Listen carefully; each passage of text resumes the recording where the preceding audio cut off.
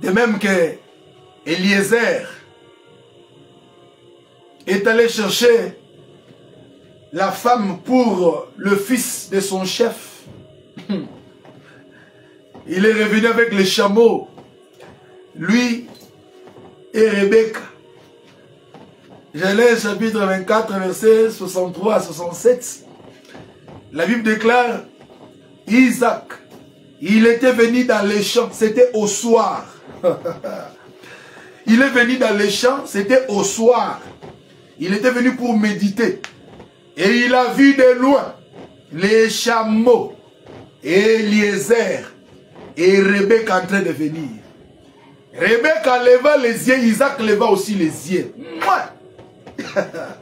Ça sera au temps du soir que le fils de l'homme, le Isaac moderne, le véritable Isaac, celui qui n'a pas échappé, je ne parle pas d'Isaac qui a échappé au sacrifice au mont Moria, mais je parle de l'Isaac qui a été donné comme sacrifice au mont Golgotha. Et lui, le véritable Isaac, il a envoyé aussi son Eliezer, qui est l'image du Saint-Esprit. Et Eliezer, le Saint-Esprit, les chameaux viennent avec lui et la femme. Amen, amen. Alléluia. C'est pourquoi Apocalypse dit, l'esprit et l'épouse disent, viens. L'esprit et l'épouse ont le même parler. Rebecca leva les yeux et il a vu Isaac. Mon frère, ma sœur, ces jours-là, nous lèverons nos yeux et nous verrons notre époux. Il nous attendra aussi dans les airs, dans les champs, dans les airs.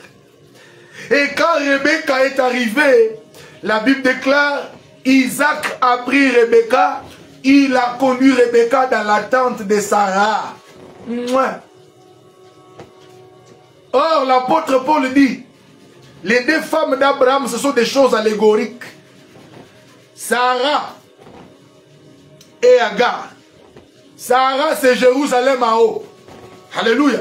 Donc, la tente de Sarah, qui est Jérusalem en haut, c'est l'éternité. Et Isaac a pris Rebecca.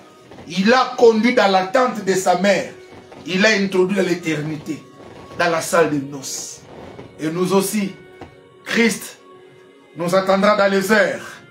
Quand la trompette va sonner, les morts en Christ ressusciteront premièrement. Pourquoi ils doivent ressusciter en premier lieu? Parce qu'ils sont passés par la transformation. La Bible déclare, la chair et le sang n'hériteront point le royaume des cieux. Mais nous, les vivants, nous serons changés en un clin d'œil. Nous porterons un autre corps. La nature interne que nous avons, la nature de Christ, qui est cachée par les corps mortels, par cette masse de chair que vous voyez devant vous, qui est en train de vieillir d'ailleurs, cette masse de chair sera engloutie dans la nature spirituelle qui est dans notre intérieur. L'apôtre dit que non, nous gémissons dans ces corps, dans cette tente de terre, désirant revêtir notre domicile céleste. Ce domicile-là est en toi. C'est la nature qui est en toi, la nature de Christ. Mais à la voix de l'archange, au son de la trompette, en un clin d'œil, nous serons transformés. Et ensemble, et les morts en Christ, et le vivant, nous serons tous enlevés. Nous formerons un seul corps, l'épouse. Mon ami, kozanga ma moment oyote. Et l'eau comme on a beaucoup les anguissos beaucoup na lolate. Que l'argent, que les femmes, que les hommes, bazangiso comme on a embêté.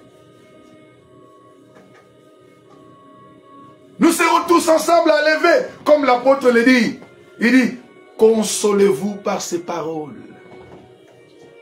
Alléluia. Les morts en Christ seulement, ils ressusciteront. Ils seront changés. Et en un clin d'œil, nous aussi, nous serons changés. Et là, nous allons tous monter. Parce qu'on aura un corps céleste. Ce corps-là va défier les lois de la pesanteur. Ce corps-là va contredire le physicien. Alléluia. Ce corps-là va contredire Isaac Newton. Selon lui, il dit que tout corps projeté dans les airs va toujours subir la loi de la pesanteur. Mais le corps que nous aurons va défier les lois de la pesanteur. Et nous allons monter. Je suis en train de m'imaginer comment ce jour-là, la presse internationale va en parler. Je ne sais pas s'ils vont encore maquiller quoi, je ne sais pas. Parce que les gens vont disparaître. Si papa craint Dieu, maman craint Dieu, vous les enfants, vous ne craignez pas Dieu, vous allez rater l'enlèvement. Parce que Christ vient prendre une église glorieuse, irrépréhensible, qu'on ne peut pas reprocher, qu'on ne peut pas arrêter. Mais une église sainte. Parce que Christ lui-même, il est la tête.